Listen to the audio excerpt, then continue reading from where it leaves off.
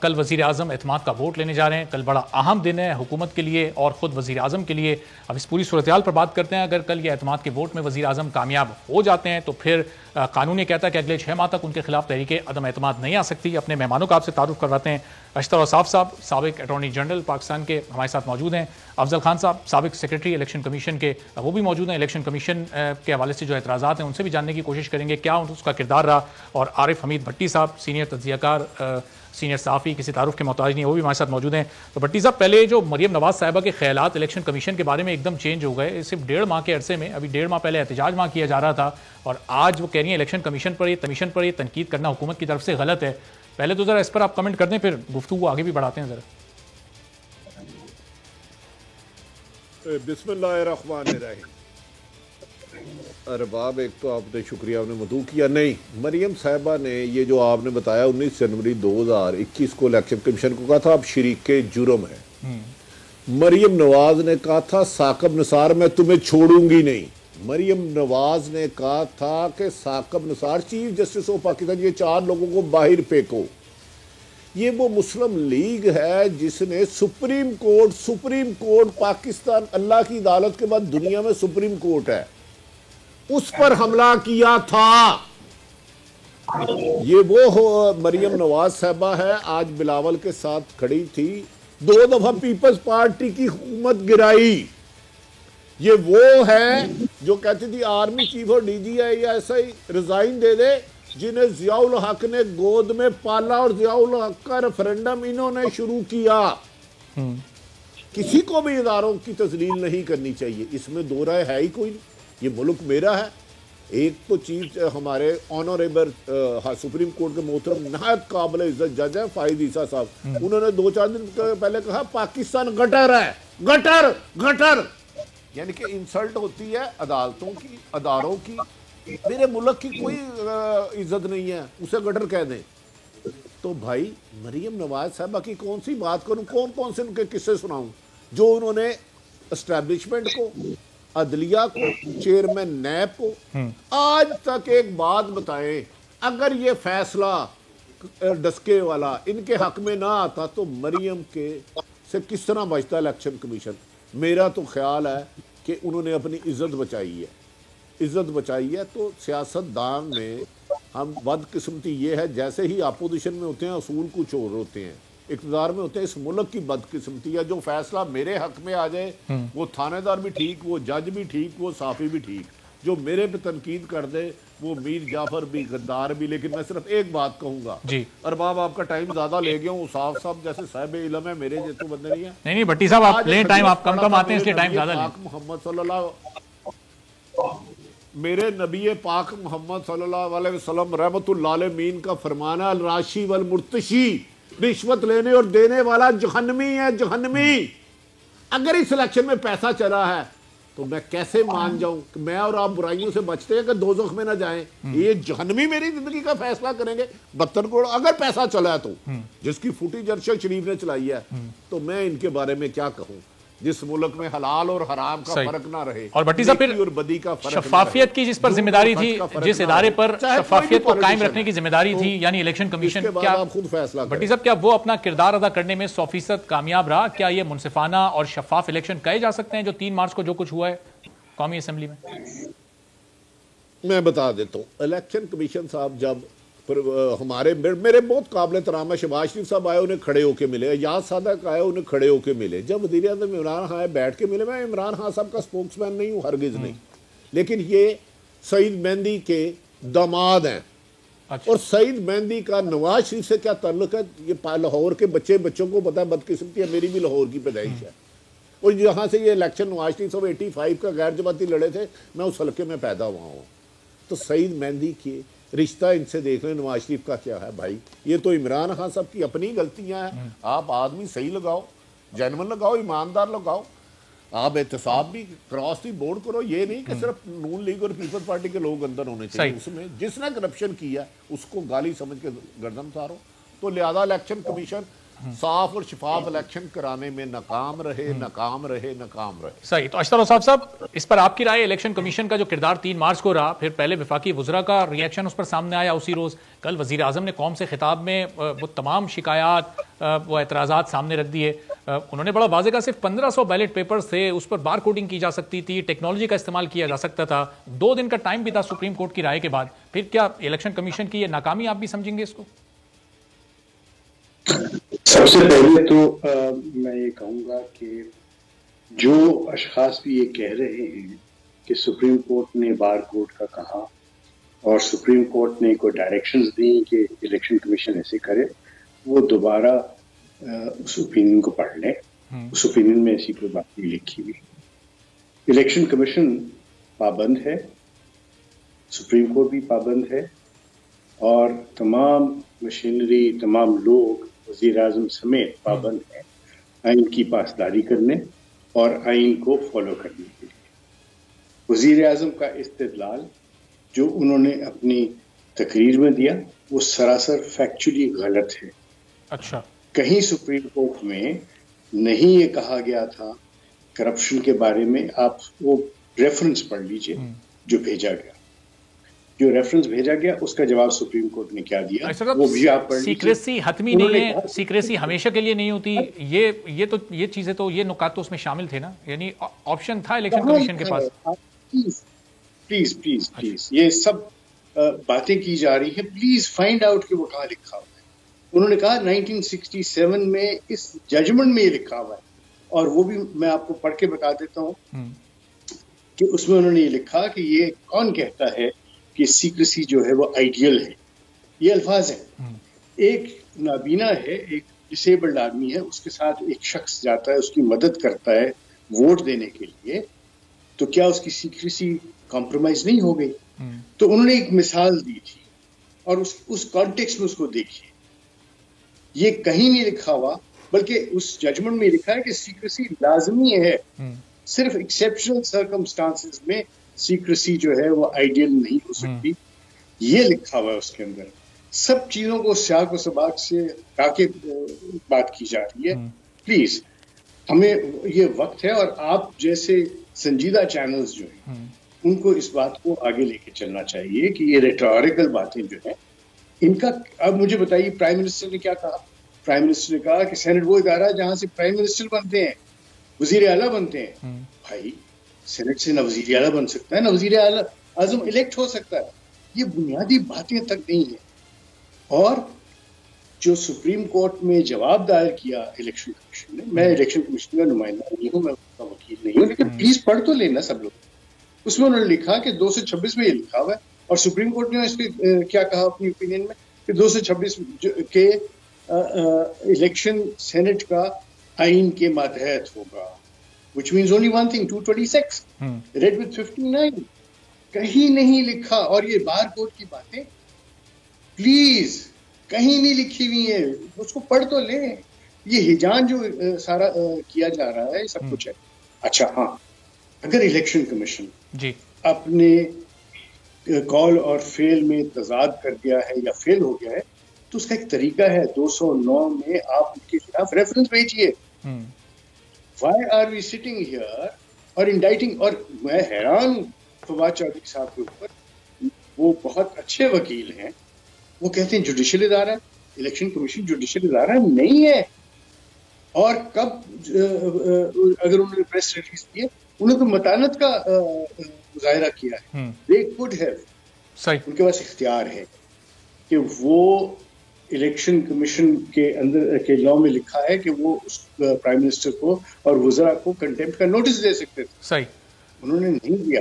ٹھیک ہے, ان کی متانت ہے. ہاں اچھا صاحب جی, پوائنٹ آپ کا آگے. میں ذرا افضل خان صاحب کو بھی گفتگو میں شامل, جی آپ کلوز کر لیں, پھر ذرا افضل خان صاحب کو بھی شامل کر لیں. I want to emphasize on this point کہ ہم صرف بات کریں حفیظ شیخ کے election. What about the other election? Same day, under the same election commission.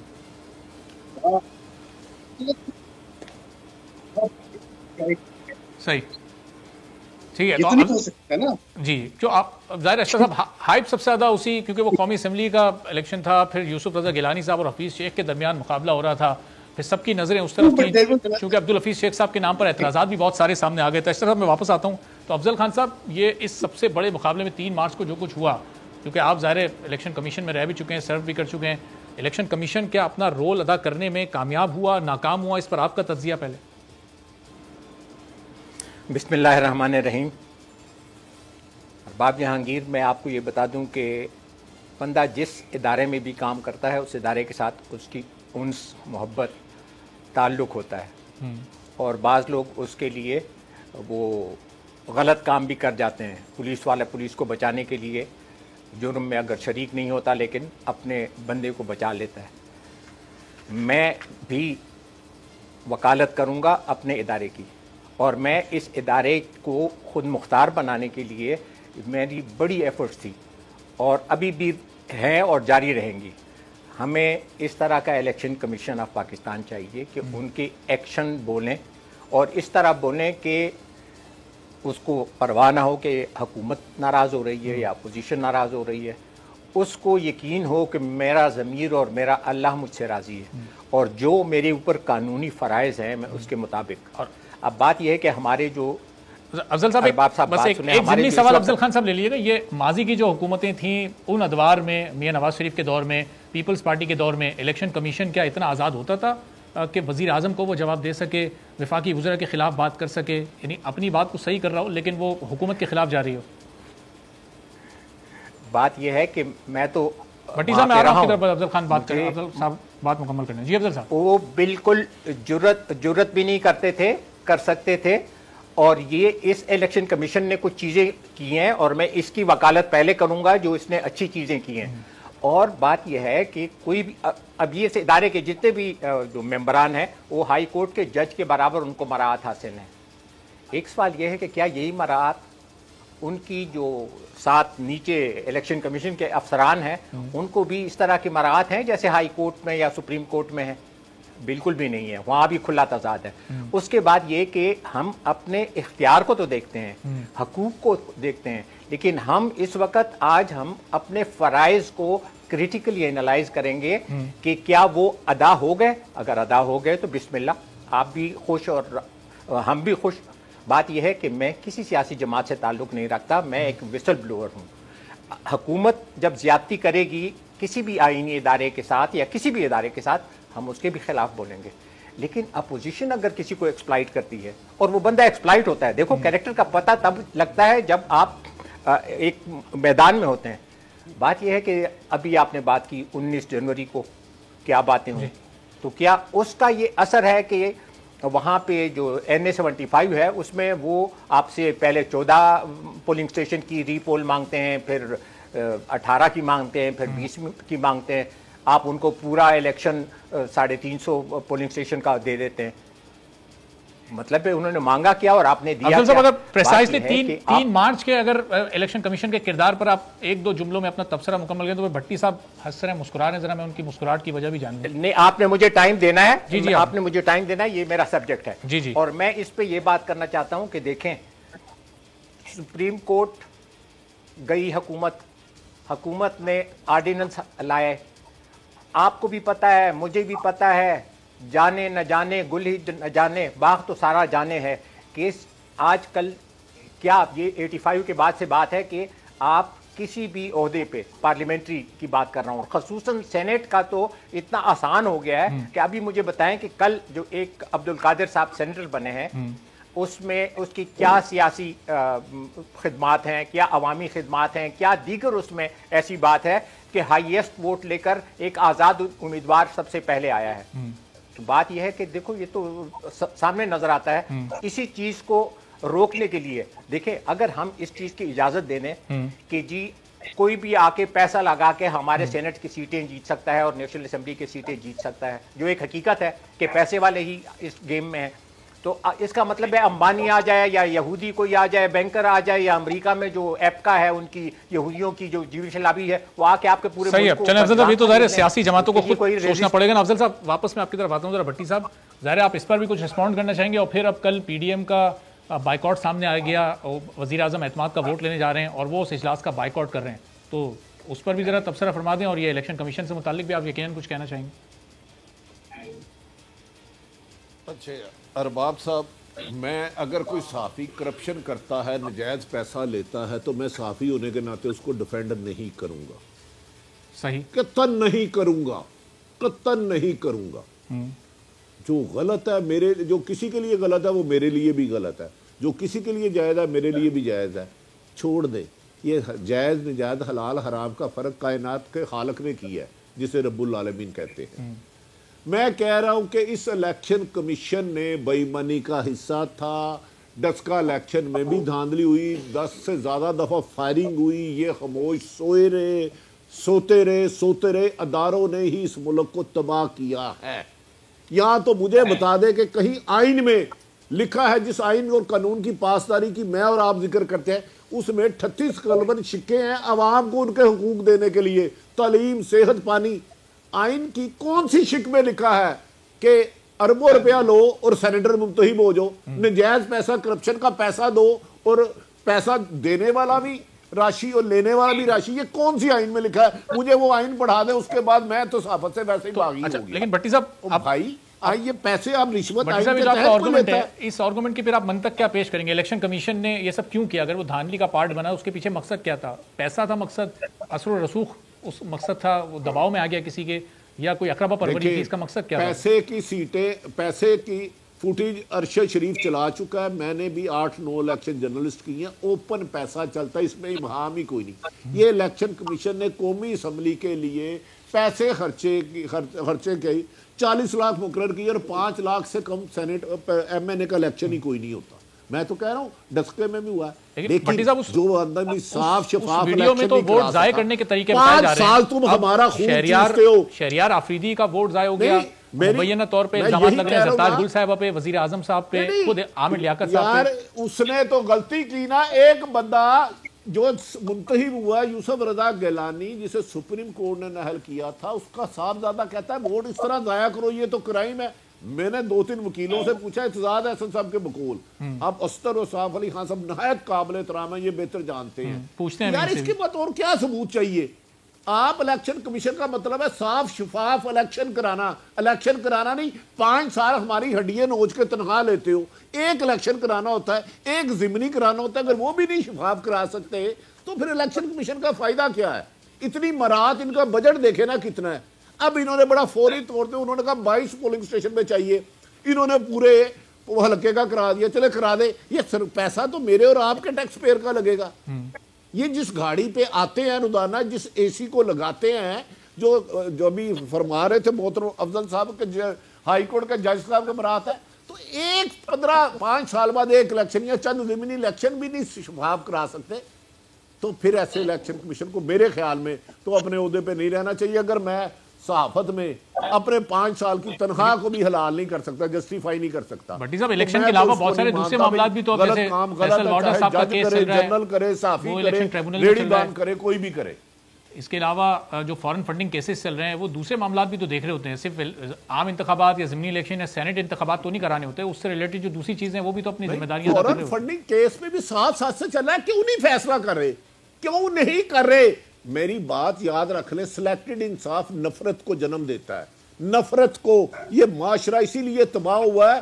ہر بندہ، میں صحافی کہتا ہوں مجھے صحافیوں کو کرپشن جائز ہے، اور دوسرے پروفیشن کے مضبوط لوگ کہتے ہیں ہمیں جائز ہے. آپ کو یہ نہیں پتا چند روز قبل محترم قابل احترام عطر منیلا جو چیف جسٹس ہائی کورٹ ہے، انہیں 4 گھنٹے مسئول رکھا. اس کیس کا کیا بنا؟ یار جب آپ سلیکٹڈ انصاف کریں گے نا، ایک بات یاد رکھیں ارباب، ہم نے تو، میری تو 53 ہو گئی ہے، مرا جانا ہے. نئی جنریشن کو تباہ کر رہے ہیں، لمبی عمر دے آپ کو کہ ہمیں کرپشن کرنے دو، دوسرے کو نہ کرنے دو. صحیح. تو اشتر صاحب، اب یہ چھوڑے، یہ اس ملک میں جہاں انصاف نہیں ہوتا وہاں انتقام ہوتا ہے، جہاں انتقام نہیں ہوتا وہاں انارکی ہوتی ہے، اور یہ انارکی کی طرف لے جا رہے ہیں. ٹھیک ہے، ذرا بھٹی صاحب رکیے گا، ایک بریک لیتے ہیں چھوٹا سا. بریک کے بعد واپس آ کے اشتر صاحب سے پھر میں پوچھتا ہوں کہ یہ ویڈیو جب سامنے آ گئی تھی تو کیا یہ ضروری نہیں تھا کہ پہلے اس کی انویسٹیگیشن ہوتی؟ ایسا کیوں نہیں کیا گیا؟ اشتر صاحب سے اور افضل خان صاحب سے بھی اس پر بات کریں گے ایک بریک کے بعد.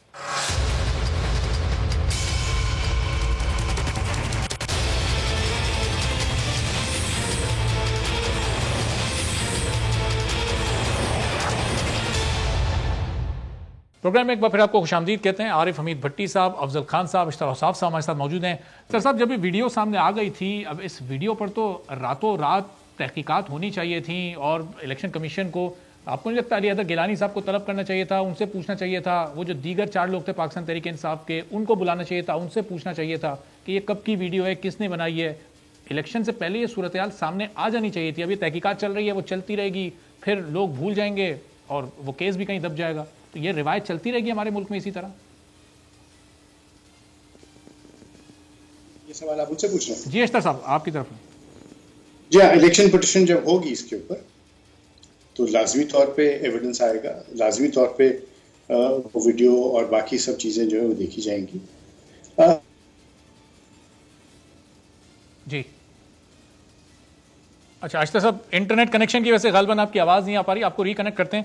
افضل خان صاحب یہ سوال آپ کی طرف ہی میں لے کر آتا ہوں کہ یہ اب الیکشن کمیشن کو اتنا بڑا, جب اتنی ہائپ کریٹ ہو گئی تھی اور خود یوسف رضا گیلانی صاحب کے بیٹے کی ویڈیو آ گئی تھی, تو پھر اس کا نوٹس فوری طور پر نہیں ہونا چاہیے تھا؟ اس ویڈیو کو دیکھ کر دونوں فریقین کو بلانا چاہیے تھا, ان سے بات کرنی چاہیے تھی, اس کی تحقیقات بہت جلدی ہونی چاہیے تھی. بات یہ ہے کہ اس وقت سوشل میڈیا اگر آپ دیکھ لیں, اس میں وہ جو کہتے ہیں کہ زبان خلق کو نکارہ خدا سمجھو, سیاسی جماعتوں کے لوگ نہیں, عام آدمی کیا کہہ رہا ہے, کہتی ہے تجھے خلق خدا غائبانہ کیا. میری ایک بات ذرا سن لیں, میں کیونکہ اس ادارے کا بیسیکلی وکیل ہوں اور میں چاہتا ہوں کہ اس میں یہ کمزوریاں دور ہوں اور لوگ اس کی رسپیکٹ کریں. بات یہ ہے کہ جیسے ابھی بٹی صاحب نے بات کی, فارن فنڈنگ کیس 7 سال سے کیوں لٹکایا ہوا ہے, عارف جو حبیب صاحب ہیں ان کا کیس 3 سال سے کیوں لٹکایا ہوا ہے. ابھی کل مجھے ایک ٹی وی ٹاک شو میں وقاص اکرم صاحب تھے, اس نے کہا کہ جی 2 سال ہو گئے ہیں ہماری جو ٹریبیونل میں ہماری وہی نہیں لگ رہی, ہیئرنگ ہی نہیں ہو رہی, تو ابھی نیکسٹ الیکشن آ جائے گا اگلے سال سے. بات یہ ہے کہ یہ ان کے فرائض ہیں کہ آپ پہلے تو یقینی بنائیں الیکشن سے. دیکھیں ریگنگ 3 قسم کی ہوتی ہے, بیفور, پری پول ریگنگ, اس کے دوران میں اور اس کے آخر میں جب گنتی ہوتی ہے. بات یہ ہے کہ یہ تینوں کو روکنا کس کا کام ہے؟ وہ الیکشن کمیشن کا کام ہے. دیکھیں الیکشن کمیشن نے جس دن یہ ڈسکا کی بات ہو رہی تھی اور وہاں پہ اس دن قیاس تھا, تو میں نے کسی پروگرام میں بھی اور ٹویٹر پہ بھی یہ امیڈیٹلی کہا تھا کہ چیف الیکشن کمشنر وہاں کے جو ذمہ داران ہیں, دیکھیں الیکشن کمیشن نے الیکشن کنڈکٹ کرنا ہوتا ہے اور جو وہاں پہ پیس اینڈ آرٹیکل 218 اور 19 میری بات سن لیں, سن لیں ذرا, کتنے اختیار دیتا ہے, ذرا یہ بھی اس کی بھی آپ وضاحت کر دیجیے گا تاکہ لوگوں کو پتہ ہو چلے کہ کتنا پاورفل ہوتا ہے چیف الیکشن کمشنر اور کیا کیا کر سکتا ہے. بہت پاورفل ہوتا ہے اس کو دیکھو. اور کچھ چیزیں اس وقت پاکستان میں پہلی دفعہ ہو رہی ہیں, وہ بھی میں آپ کو بتاتا ہوں, لیکن یہ چونکہ عام آدمی بھی سمجھ جائے. اسی دن ان کو وہ سسپینڈ تو کوئی بات نہیں ہے, اس کے ڈسمسل کے آرڈر کر سکتے تھے اور ان کو ایک باقی ملک کے لیے دیکھو ابھی پورا الیکشن کمیشن اور پورے انتظامیہ اور ایک حلقے کا الیکشن ہو رہا ہے اور وہاں پہ بھی پیس اینڈ ٹرینکویلٹی نہیں ہے. Who is responsible? The district administration. District administration کو اسی دن انہوں کو ایک نمونہ عبرت بنانا چاہیے تھا, یہ اختیار استعمال کرنا چاہیے تھا. میں سب سے بڑا علمبردار تھا کہ جو الیکشن کمیشن ہے اس کا کام بیسیکلی جوڈیشیل نہیں ہے, 90% ایڈمنسٹریٹو کام ہے.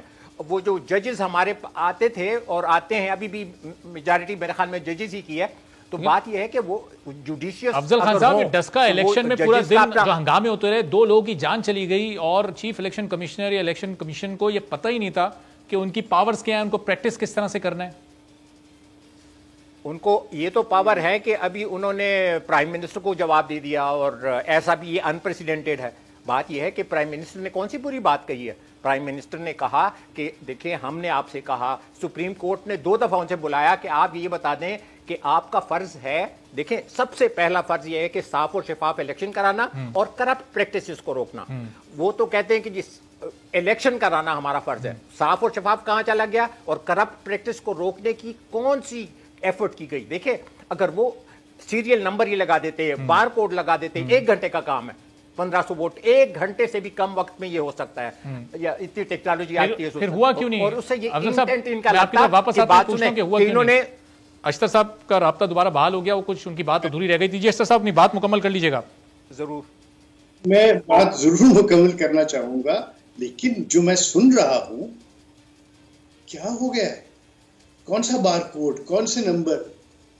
افضل صاحب سے میں معذرت کے ساتھ, سپریم کورٹ ایڈورسری جورسڈکشن میں نہیں تھا, اوپینین دینا تھا انہوں نے. For heaven's sake, I don't know یہ ساری باتیں ایک سیکٹری الیکشن کمیشن کہہ رہے ہیں بار کوڈ لگا دے, 226 کہاں چلا گیا, کیسی بات ہو رہی ہے؟ میں عرض کرتا ہوں, لیکن آپ بات پوری کر لیں. جی جی افضل صاحب آتا ہوں میں. جی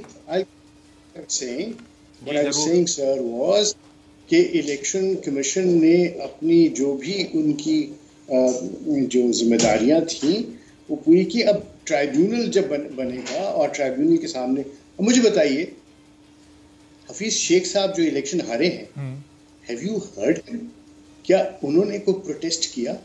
کیا انہوں نے کوئی بات کی ہے؟ یہ الیکشن تو وہ ہارے ہیں نا. Every else has become very sensitive, but جو الیکشن ہار گیا ہے اس نے تو مبارکباد دی دوسری سائڈ, اس نے تو نہیں کہا کہ کرپٹ پریکٹسز ہوئی ہیں. Are we not blowing it out of proportion? ہم کیا صاحب جو فریق جیتا ہے وہ بھی یہ نہیں کہہ رہا کہ حفیظ شیخ صاحب ہارے ہیں, وہ یہ کہہ رہا ہے کہ عمران خان ہارے ہیں, عمران خان پر عدم اعتماد کر دیا ایوان نے, تو وہ بھی حفیظ شیخ صاحب پر نہیں وہ بات کر رہے ہیں. پھر جواب یہ نہیں ہے کہ 174 ووٹ تو وہاں پہ خاتون نے لیے ہیں, وہ پھر کیسے ہارے ہیں عمران خان؟ پلیز یہ صرف ریٹوریکل باتیں کر کے اس میں اوور سینسٹیو ہو جائے. اب مجھے بتائیے کہ پی ڈی ایم نے اس کو کر دیا ہے بائیکاٹ الیکشن, وہ اس کا عدم اعتماد کل جو سیشن ہے, جی تو پھر وہ کیا وہ مومن بات نہیں ہو جائے گی؟ اس کا اس سے کیا تعلق ہے؟ نہیں what I'm saying is کہ یہ ساری بات پولیٹیکل ہیں, اس میں لیگل یا باقی چیزیں جو ہیں وہ سے پشت رہ جاتی ہیں. we're only talking about what should have. حضور ایک چیز بتا دیں کہ کیا الیکشن کمیشن کی کوئی ایفرٹ آپ کو نظر آئی ہے کہ انہوں نے کرپٹ پریکٹسز کو, جو سپریم کورٹ نے بھی پوائنٹ آؤٹ کیا, تمام پولیٹیکل پارٹیز نے بھی پوائنٹ آؤٹ کیا, اور ایون یہ چارٹر آف ڈیموکریسی میں ہے یہ چیز, تو اس کا انہوں نے مداوا کرنے کے لیے کیا عمل کیا, چھوٹا یا بڑا؟ افضل صاحب, ابھی اشتر اوصاف صاحب کا انٹرنیٹ کنیکشن پھر ڈسکنیکٹ ہو گیا ذرا. جی آگے. بات یہ ہے کہ آپ کہہ رہا ہوں کہ لا کیا کہتا ہے, آئین کیا کہتا ہے, اس کے متعلق تو کوئی بات نہیں ہو رہی نا.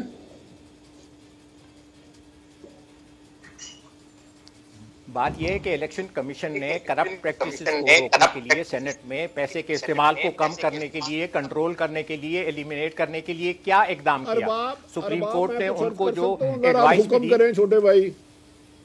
جی بھٹی صاحب کچھ کہنا چاہ رہے ہیں. بھٹی صاحب ضرور. یہ مجھے بتا دے, الیکشن کمیشن کا کام صاف شفاف الیکشن کرانا ہے یا جھوٹ, فراڈ اور کرپشن ہوتے ہوئے کرانا ہے؟ اگر ان کا کام صرف الیکشن کرانا, چاہے وہ دھوکے سے ہو, گن پوائنٹ پہ ہو, اٹھا کے لے جاؤ, پولنگ ایجنٹ لے جاؤ, پھر تو ٹھیک ہے. پھر تو بھائی جدھر گئی کشتی ادھر گئے ملاس ملک دا اللہ آفت ہے. اگر ان کا کام ہے صاف اور شفاف الیکشن کرانا, سمجھنے کا فرق شاید یہ ہے کہ اس وقت سپریم کورٹ کی جو رائے تھی اس کی انٹرپریٹیشن شاید ہم غلط رضا گیلانی کے بیٹے کی پیسے دینے کی آفر آ گئی تھی, نہیں پیسے دینے کی آفر آ گئی تھی, میری سن لیں صرف, وہ تو قابل احترام ہے. مجھے بتا دیں اس کے بعد یہ الیکشن روک نہیں سکتے تھے بھائی؟ پہلے اس کی انویسٹیگیشن کریں, کیا یوسف رضا گیلانی کا بیٹا ووٹ ضائع کرنے کی جو ترکیب دے رہا ہے یا خریدنے کی دے رہا ہے, بار کوڈ دے رہا ہے کہ 20 نمبر لگا دینا, میں سمجھ جاؤں گا کہ تم نے ہمارا حرام کا پیسہ حلال کر لیا ہے, وہ ٹھیک ہے, سارا کچھ وہ سب ٹھیک ہے. انبلیویبل ہے یار کہ وہ ترکیب دے رہا ہے کہ یہ 20 نمبر لکھ دینا, یہ 13 نمبر لکھ دینا, اتنے پیسے ہو گئے اتنے ہو گئے, اور اس کا والد الیکشن لڑا ہے. الیکشن کمیشن بلا کے ان کو یہ تو کہہ سکتا تھا نا, محترم یہ آپ کیا کر رہے ہیں, ابھی تو الیکشن ہوئے نہیں, آپ نے بکر منڈی کھول لی ہے. صحیح بھائی کی سائن میں لکھا الیکشن کمیشن کا فرض ہے صاف شفاف الیکشن کرانا, الیکشن کرانا نہیں خالی. الیکشن تو پھر ہر طاقتور غریب آدمی کو مارے گا, لوٹے گا, جا کے سٹیپ بورے لگائے گا, اور یہ الیکشن کمیشن اس کا اناؤنس کر دے. صحیح. تو اشتر صاحب یہ ویڈیو سامنے آنے کے بعد سوال تو یہ نا کہ پھر چیف الیکشن کمشنر کو اپنی پاور کو پریکٹس نہیں کرنا چاہیے تھا, اس الیکشن کو ڈیلے بھی کیا جا سکتا تھا, پہلے انویسٹیگیشن مکمل کی جا سکتی تھی.